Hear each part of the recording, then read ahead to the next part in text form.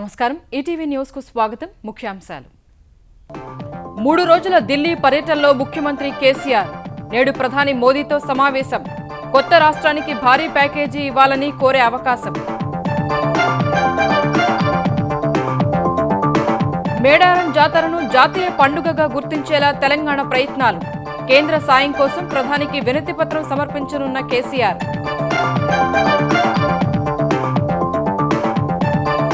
AgriGold chairman ఎండీలను arrest చేసిన AP CID నేడు Eluru court ముందుకు నిందితులు ప్రజా ప్రయోజన వ్యాజ్యాలపై హైకోర్టులో విచారణ కడప జిల్లాలో రెచ్చిపోయిన ఎర్రచందనం దొంగలు పోలీసులపై రాళ్ల దాడి ఇద్దరికి గాయాలు 50 మందిని అరెస్టు చేసిన ప్రత్యేక కార్యదళం ఖగోళ పరిశోధనల్లో కీలక మైలురాయిని అందుకున్న శాస్త్రవేత్తలు సాపేక్ష సిద్ధాంతంలో గురుత్వ తరంగాలను ప్రత్యక్షంగా గుర్తించినట్లు ప్రకటన మెక్సికో జైల్లో మాఫియా గ్రూపుల మధ్య ఘర్షణ 52 మంది ఖైదీలు మృతి మరో 12 మందికి తీవ్ర గాయాలు పరారైన పలువురు నేరస్తులు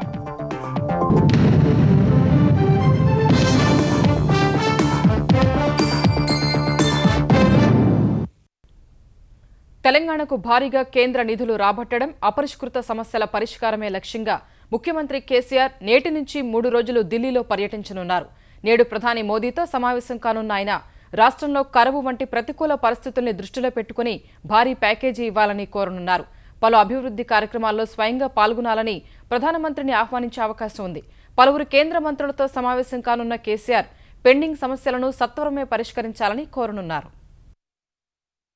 3 రోజులు ఢిల్లీ పర్యటనకు వెళ్లిన ముఖ్యమంత్రి కేసీఆర్ ఇవాళ మధ్యాహ్నం ప్రధాని నరేంద్ర మోదీతో సమావేశం కానున్నారు విభజన హామీలు పెండింగ్ ప్రాజెక్టులకు సంబంధించిన అంశాలను మోదీ దృష్టికి తీసుకువెళ్లనున్నారు కేంద్ర పథకాల్లో కోత రాష్ట్రంలో కరువు ఇతర ప్రతికూల పరిస్థితుల దృష్ట్యా 30,000 కోట్లకు పైగా ప్యాకేజీ ఇవ్వాలని ప్రధానిని కోరే అవకాశముంది 13వ ఆర్థిక సంఘం నిధులు రుణపరిమితి పెంపు వంటి అంశాలను కేసీఆర్ ప్రధానికి వివరించే అవకాశాలున్నాయి రైల్వే బడ్జెట్లో తెలంగాణకు ప్రాధాన్యం కల్పించాలని కేసీఆర్ ప్రధానమంత్రికి వినతిపత్రం అందజేయనున్నారు రాష్ట్రంలో 4,000 మెగావాట్ల విద్యుత్ కేంద్రం శంకుస్థాపనతో పాటు పలు అభివృద్ధి కార్యక్రమాలకు రావాలని మోదీని ఆహ్వానించనున్నారు మేడారం జాతరను జాతీయ పండుగగా గుర్తించాలని ప్రధానితో భేటీ సందర్భంగా కేసీఆర్ ప్రస్తావించే అవకాశం ఉన్నట్లు తెలుస్తోంది ఆసియా ఖండంలోనే అతిపెద్దదైన గిరిజన జాతరకు రాష్ట్ర ప్రభుత్వ ఏర్పాట్లను వివరించి జాతీయ పండుగగా ప్రకటించాల్సిన ఆవశ్యకతను తెలియజేయనున్నారు రేపు పలువురు కేంద్ర మంత్రులతోనూ సమావేశం కానున్నారు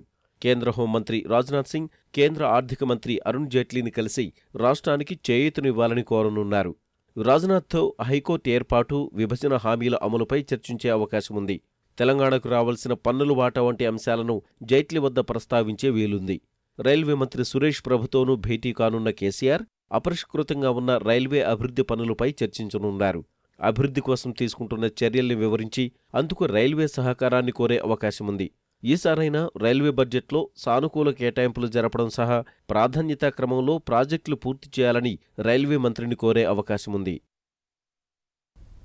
హైదరాబాద్ మహానగర పాలక సంస్థ ఎన్నికల్లో తెరాస విజయఢంకా మోగించిన వేళ తెలంగాణలో ఎన్నికలు జరగాల్సిన ఇతర పురపాలికలపై కేసీఆర్ సర్కారు దృష్టి సారించింది గ్రేటర్ వరంగల్ ఖమ్మం నగరపాలిక సహా అచ్చంపేట దుబ్బాక ఇల్లందు పురపాలక సంఘాల ఎన్నికలకు పురపాలక శాఖ రంగం సిద్ధం చేస్తోంది ఇప్పటికే వార్డుల వారి రిజర్వేషన్లను దాదాపు పూర్తి చేసినట్లు తెలుస్తోంది 1-2 రోజుల్లో ఉత్తర్వులు వెలువరించనున్నట్లు సమాచారం మరోవైపు పురపాలక ఎన్నికల ప్రక్రియ గడువును కుదిస్తూ ఉత్తర్వులు జారీ చేసిన ప్రభుత్వం నామినేషన్ల దాఖలు సమయాన్ని 3 రోజులకు ఉపసంహరణకు 1 రోజు సమయం మాత్రమే ఇచ్చింది ఉపసంహరణ గడువు ముగిసిన 9వ రోజునే పోలింగ్ నిర్వహించాలి రిజర్వేషన్ల ఖరారు చేసిన తర్వాత వాటిని ప్రభుత్వం రాష్ట్ర ఎన్నికల సంఘానికి సమర్పిస్తుంది వెంటనే ఎన్నికల సంఘం షెడ్యూల్ విడుదల చేస్తుంది ఈ నెల 20న షెడ్యూల్ వెలువడే అవకాశాలున్నట్లు తెలుస్తోంది మార్చి 5న ఓటింగ్ జరగనున్నట్లు సమాచారం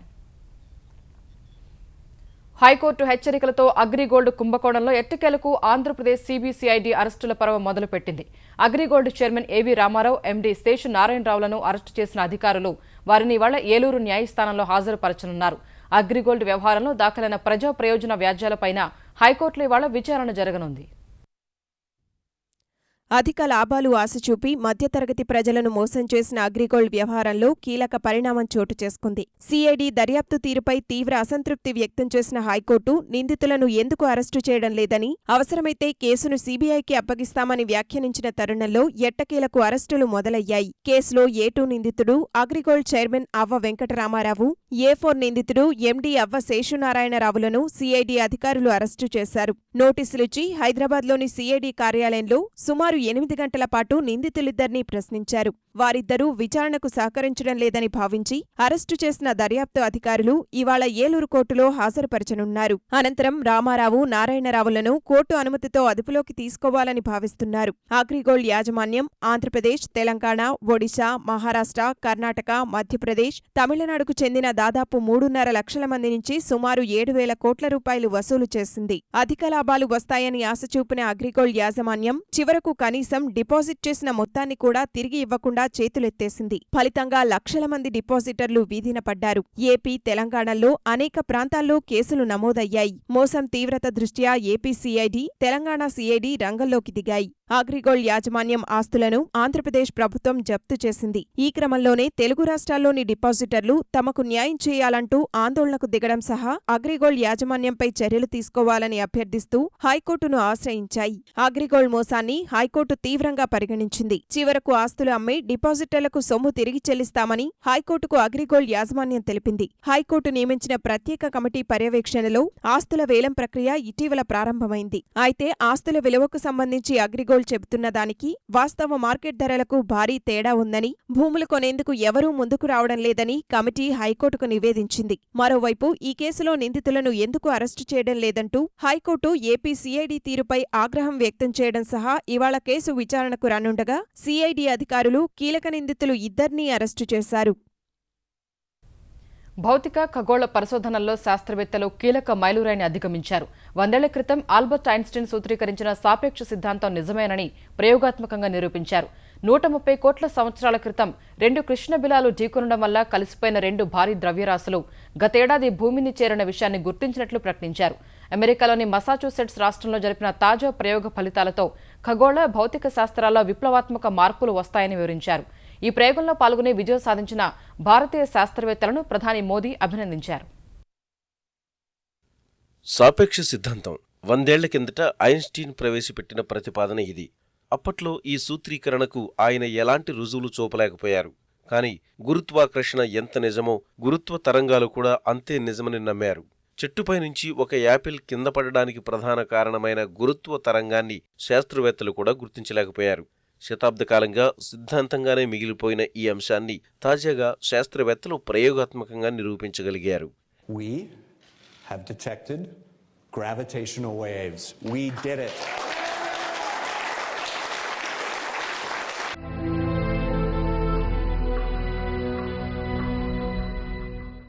గురుత్వ తరంగాలు ఒక మాధ్యమం నుంచి మరో మాధ్యమంలోకి ప్రయాణిస్తే ఖచ్చితంగా ధ్వని పుడుతుంది.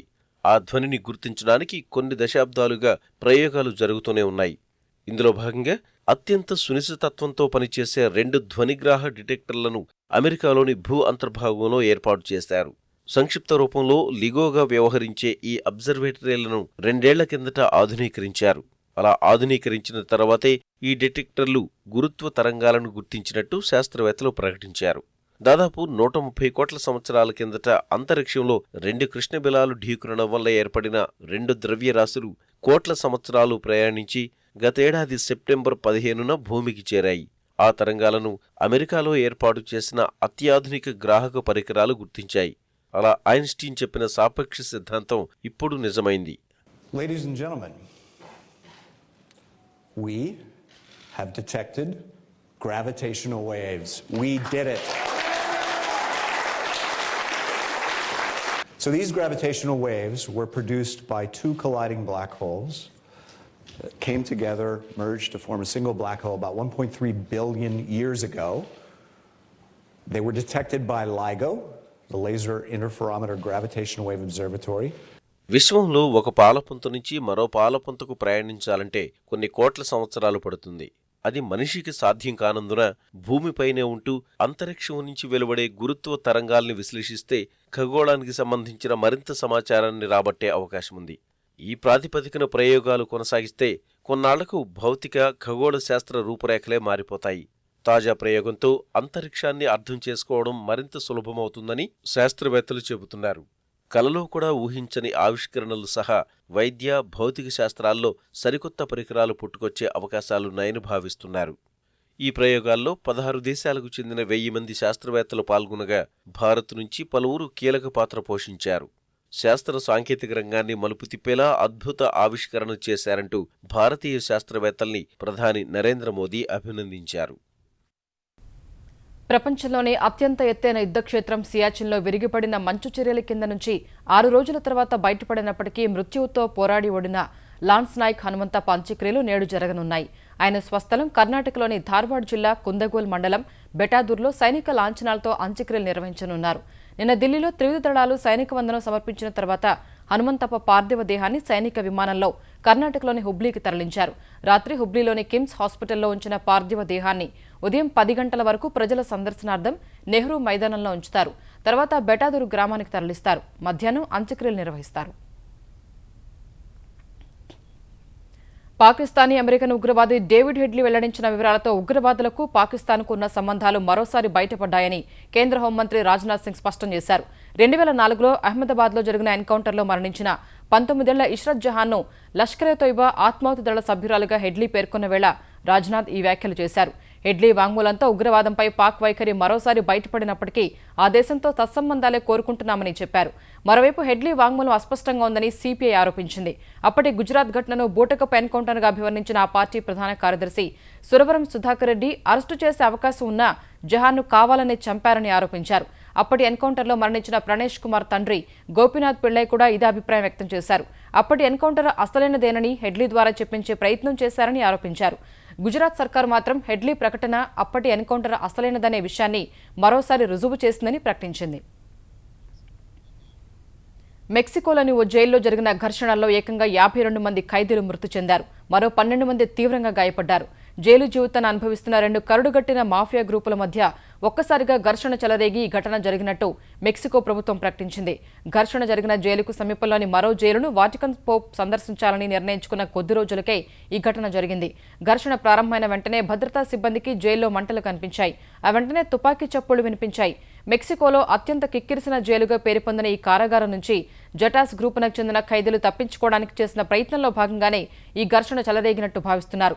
గతంలో ఇదే జైలు నుంచి పెద్ద సొరంగం తవ్వి మరీ ఖైదీలు తప్పించుకోగా 2011లో ఈ జైలుకు చెందిన అత్యున్నత అధికారి హత్యకు గురికావడం సంచలనం సృష్టించింది. తాజా ఘటనలో ఎంతమంది ఖైదీలు తప్పించుకున్నారనే విషయంపై మెక్సికో ప్రభుత్వం ఎలాంటి ప్రకటన చేయలేదు. ఆంధ్రప్రదేశ్లో ఎర్రచందనం స్మగ్లర్లపై పోలీసులు ఉక్కుపాదం మోపుతున్నా వారి ఆగడాలు కొనసాగుతున్నాయి. తాజాగా కడప జిల్లా వీరపల్లి మండలం వేల్పులమిట్ట అటవీ ప్రాంతంలో పోలీసులపై ఎర్ర కూలీలు దాడులకు తెగబడ్డారు. తమిళ కూలీలు శేషాచలం అటవీ ప్రాంతంలోకి వచ్చారనే సమాచారంతో ప్రత్యేక కార్యదళం పోలీసులు గాలింపు చర్యలు చేపట్టారు. అటవీ ప్రాంతం నుంచి ఎర్ర దొంగలను తరలిస్తున్న సుమారు 60 మంది కూలీలు పోలీసులకు తారసపడి రాళ్లతో దాడికి దిగారు. ఆత్మరక్షణ కోసం పోలీసులు 2 రౌండ్లు గాల్లోకి కాల్పులు జరిపారు. ఘటనా స్థలం నుంచి పలువురు కూలీలు పరారవుగా 31 మందిని పోలీసులు అదుపులోకి తీసుకున్నారు. ఘటనా స్థలంలో 31 దొంగలతో పాటు ఓ లారీ, ఐచర్ వాహనాన్ని స్వాధీనం చేసుకున్నారు.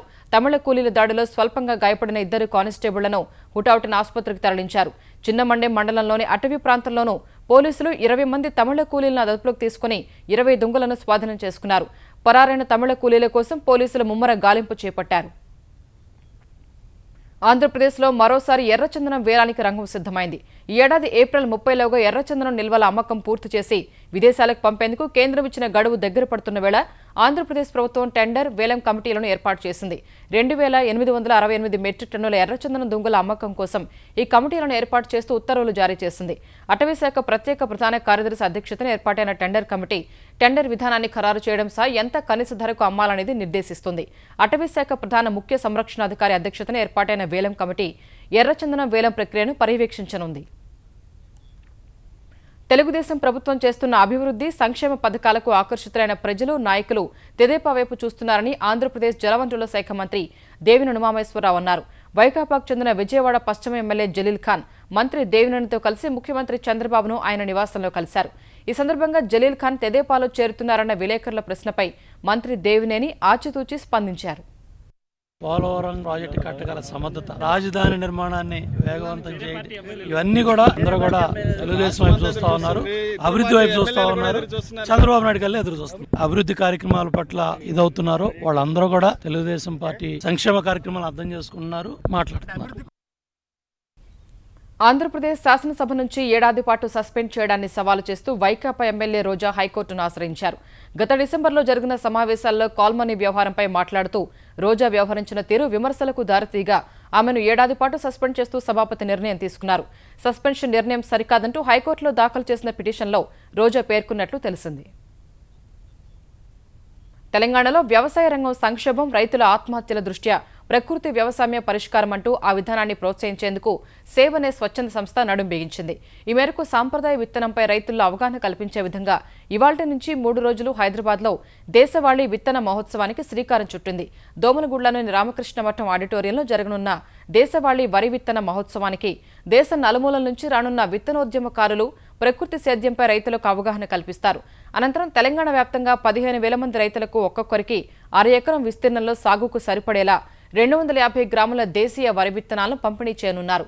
ఈ విత్తనం సాగు చేస్తే ఏమాత్రం పెట్టుబడి లేకుండా 18 నుంచి 25 బస్తాల ఆరోగ్యకరమైన నాణ్యమైన ధాన్యం ఉత్పత్తి సాధ్యమని ఆ సంస్థ వ్యవస్థాపకులు విజయరాం వెల్లడించారు. నేను గత 6 సంవత్సరాల నుంచి శ్రీ సుభాష్ పాలేకర్ పెట్టుబడి లేని ప్రకృతి వ్యవసాయ విధానాన్ని ఆచరిస్తున్నాను. ఇది మన సంపద విత్తనం అనేది. ఏదైతే దేశవాళీ విత్తనాలు ఎప్పుడైతే మన పూర్వీకులు ఇక్కడ ఈ భూమి మీద తిని జీవించి వెళ్ళిపోయారు, వాళ్ళు ఎవరు కూడా హైబ్రిడ్ విత్తనాలు కానీ రసాయనాలు కానీ వాడలేదు. మరి వాళ్ళు ఎవరు కూడా బతికినున్న వాళ్ళు హాస్పిటల్ మొహం డాక్టర్ మొహం పేరు వినకుండానే బతికారు కదా. అందరి ఇళ్లలో కూడా సంపూర్ణమైన ఆరోగ్యం ఉన్న మనిషి ఉన్న ఇల్లు ఒక్కటి లేదు ఈ రోజున భారతదేశంలో కానీ మన రాష్ట్రంలో కానీ ఎక్కడా కూడా. తెలంగాణలో పాల ఉత్పత్తిదారులను పూర్తి స్థాయిలో ఆదుకునేలా ప్రోత్సాహకాలు అందించడంతో పాటు అన్ని రకాల చర్యలు తీసుకుంటామని మంత్రివర్గ ఉపసంఘం తెలిపింది. మంత్రి పోచారం శ్రీనివాసరెడ్డి నేతృత్వంలో ఏర్పాటైన ఉపసంఘం కరీంనగర్, నల్గొండ పాల ఉత్పత్తిదారుల సమాఖ్య చైర్మన్లతో ఏర్పాటు చేసిన సమావేశంలో ఈ మేరకు వెల్లడించింది. రైతులకు లీటర్పై ₹4 ప్రోత్సాహకాన్ని కొనసాగిస్తామన్న మంత్రులు విజయ డైరీతో పాటు చిన్న డైరీలను కూడా ఆదుకునేలా నిర్ణయాలు తీసుకుంటామని హామీ ఇచ్చారు. వాస్తవానికి ఈ ₹4 ఇన్సెంటివ్ ఇవ్వకంటే ముందు మా విజయ డైరీ ఏదైతే ప్రభుత్వ డైరీ అని పిలుస్తామో 80,000 లీటర్ మాత్రమే వచ్చేది రోజుకి. ఈ రోజు ₹4 ఇన్సెంటివ్ పెంచిన తర్వాత 5,50,000 లీటర్ వస్తుంది రోజు. అంటే రైతుకు లాభసాటి ధర దొరుకుతుంది కాబట్టి వాళ్ళు ఎక్కువ పోస్తా ఉన్నారు. ఇంకా ఎక్కువ మంది ఆశపడతా ఉన్నారు మాకు కూడా ఇవ్వండి అని. కాబట్టి దీన్ని అధ్యయనం చేయడానికి మేము ఇక్కడ చర్చించుకున్నాం. తెలుగు చలనచిత్ర పరిశ్రమ అభివృద్ధి కోసం త్వరలోనే పూణే తరహా ఫిల్మ్ ఇన్స్టిట్యూట్ ఏర్పాటు చేయాలని తెలంగాణ ప్రభుత్వం నిర్ణయించింది. ఈ మేరకు సచివాలయంలో పలువురు సినీ ప్రముఖులతో ప్రత్యేకంగా సమావేశమైన మంత్రివర్గ ఉపసంఘం తొలి విడతగా పలు అంశాలపై చర్చించింది. మంత్రులు కేటీఆర్, తలసాని శ్రీనివాస్ యాదవ్, తుమ్మల నాగేశ్వరరావు పరిశ్రమలోని పలు సమస్యలు, అభివృద్ధి అంశాలపై చర్చించారు. టికెట్ల ధరల నియంత్రణ కోసం ఆన్లైన్ వ్యవస్థను ఏర్పాటు చేయడం సహా చిన్న సినిమాల ఉనికి కోసం థియేటర్లలో 5 షోలు ప్రదర్శించాలని ఉపసంఘం నిర్ణయించింది. 2011 నుంచి పెండింగ్లో ఉన్న నంది పురస్కారాలను ఈ ఏడాది ఉగాదికి అందజేయాలని మంత్రులు భావించగా కార్మికుల శ్రేయస్సు కోసం ఇళ్ల నిర్మాణాలు చేపట్టాలని సంకల్పించినట్లు మంత్రి తలసాని తెలిపారు. వంట గ్యాస్ సిలిండర్పై వినియోగదారుల నుంచి అదనంగా వసూలు చేస్తే చర్యలు తప్పవని ఆంధ్రప్రదేశ్ పౌర సరఫరాల శాఖ మంత్రి పరిటాల సునీత హెచ్చరించారు. సిలిండర్పై అదనంగా డబ్బు వసూలు చేస్తున్నారన్న వినియోగదారుల ఫిర్యాదు మేరకు అనంతపురంలో గ్యాస్ ఏజెన్సీని ఆకస్మికంగా తనిఖీ చేసిన మంత్రి పలువురికి ఫోన్ చేసి అదనపు వసూళ్లపై స్వయంగా ఆరా తీశారు. నిజమని తేలగానే ఏజెన్సీ నిర్వాహకులపై ఆగ్రహం వ్యక్తం చేశారు. ఇంటి వద్దకు వచ్చే గ్యాస్ సిలిండర్కు బిల్లుపై ఉన్న ధర తప్ప ₹1 కూడా అదనంగా చెల్లించాల్సిన అవసరం లేదని సూచించారు. ఇప్పటికీ గ్యాస్ కనెక్షన్ లేని వారు వెంటనే దరఖాస్తు చేసుకుంటే కొత్త కనెక్షన్లు మంజూరు చేస్తామని మంత్రి వెల్లడించారు. హైదరాబాద్లో వెంకటేశ్వర వైభవోత్సవాల్లో భాగంగా జరిగిన శ్రీనివాస కళ్యాణోత్సవం అంగరంగ వైభవంగా సాగింది. స్వామివారి కళ్యాణోత్సవ సేవలో పాల్గొనేందుకు వేలాదిగా భక్తజనం తరలిరాగా స్వామి సంకీర్తనలతో ఎన్టీఆర్ స్టేడియం మారుమోగింది. ఆంధ్రప్రదేశ్ ముఖ్యమంత్రి చంద్రబాబు, గవర్నర్ నరసింహన్ దంపతులు, కేంద్ర మంత్రులు వెంకయ్యనాయుడు, దత్తాత్రేయ సహా తెలుగు రాష్ట్రాలకు చెందిన పలువురు మంత్రులు, నేతలు, నిజామాబాద్ ఎంపీ కల్వకుంట్ల కవిత దంపతులు కళ్యాణోత్సవ సేవలో పాల్గొన్నారు. ఈ వైభవోత్సవాలు ఇవాళ్టితో ముగియనున్నాయి. ఉదయం 6 గంటల నుంచే శ్రీవారికి పలు రకాల సేవలు సహా అభిషేకం నిర్వహిస్తారు. 10:30 నుంచి 12:30 వరకు పుష్పయాగం జరిగిన తర్వాత వైభవోత్సవాలు పరిసమాప్తమవుతాయి.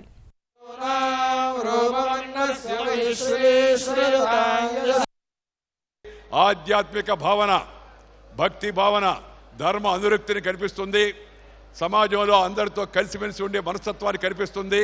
తద్వారా దేశ సమైక్యతకు, సమాజ యొక్క సమైక్యతకు, మానవాళి యొక్క మనుగడకు, ప్రపంచ శాంతికి కూడా ఈ ధర్మం, ఈ భక్తి ఎంతగానో ఉపయోగపడతాయనే విషయాన్ని మనం అందరం గమనించాల్సి ఉంది. పైన ఒకరున్నారు, మనల్ని చూస్తున్నారు, మనం సన్మార్గంలో నడవాలి, 10 మంది కోసం బతకాలనే యొక్క మార్గాన్ని భక్తి మార్గం చూపిస్తుంది, ఆధ్యాత్మిక మార్గం చూపిస్తుంది. ధర్మాన్ని మనం కాపాడితే, ధర్మాన్ని మనం రక్షిస్తే ఆ ధర్మం మనం రక్షిస్తుంది. ఆ ధర్మాన్ని కాపాడాలంటే ఇలాంటి మంచి కార్యక్రమాలు జరగాల్సిన అవసరం ఉంది.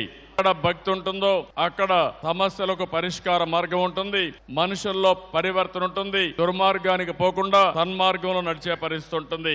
ఒక క్షణం మనం ఆ దేవుడిని, ఆ శ్రీనివాసుని, వెంకటేశ్వరుని మనం స్మరించుంటే ఆయన పరిగెత్తి వచ్చి మనకు దర్శనం ఇస్తారు. ఇక్కడ సర్వే జనా సుఖినో భవంతు అని ఒక లక్ష్యంతో ఇక్కడ ఈ దర్శనం మనకు ఏర్పాటు చేసిన హర్షవర్ధన్, ప్రభాకర్ రెడ్డి దంపతి, సుబ్బారెడ్డి దంపతి, హర్ష దంపతి వాళ్ళందరికీ నేను ధన్యవాదాలు చెప్తున్నాను.